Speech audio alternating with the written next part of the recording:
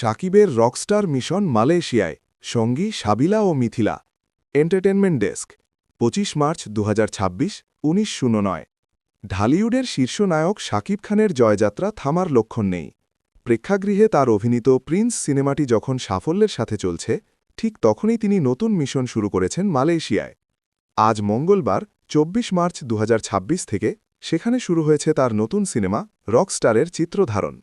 তরুণ নির্মাতা আজমান রুশোর পরিচালনায় এটি হতে যাচ্ছে একটি আন্তর্জাতিক মানের মিউজিক্যাল রোম্যান্টিক চলচ্চিত্র। নির্মাতা সূত্রে জানা গেছে, সিনেমাটিকে একটি স্টাইলিশ ও আধুনিক রূপ দিতে মালয়েশিয়ার মনোরম লোকেশনগুলোকে বেছে নেওয়া হয়েছে। এই ছবির মাধ্যমে শাকিব খানের লুক ও উপস্থাপনায় বড় ধরনের পরিবর্তনের আভাস পাওয়া যাচ্ছে, যা নিয়ে ইতোমধ্যেই ভক্তদের মাঝে ব্যাপক কৌতূহল তৈরি হয়েছে। বিজ্ঞাপন। রকস্টার সিনেমায় শাকিব খানের বিপরীতে প্রধান নারী চরিত্রে দেখা যাবে জনপ্রিয় অভিনেত্রী সাবিলা নূরকে। এর আগে তাণ্ডব সিনেমায় এই জুটিকে একসাথে দেখা গেলেও এটি তাদের দ্বিতীয় রসায়ন। অন্যদিকে এই সিনেমার মাধ্যমে বাণিজ্যিক ধারার চলচ্চিত্রে অভিষেক হতে যাচ্ছে আলোচিত মডেল ও অভিনেত্রী তানজিয়া জামান মিথিলার। শুরুতে র্যাম্প মডেল হিসেবে পরিচিতি পেলেও পরবর্তীতে ওটিটি ও ছোট পর্দায় নিজের দক্ষতার প্রমাণ দিয়েছেন তিনি। ছবির চিত্রনাট্য লিখেছেন আয়মান আসিফ স্বাধীন, যিনি গল্পের বুননে নতুনত্ব আনার চেষ্টা করেছেন।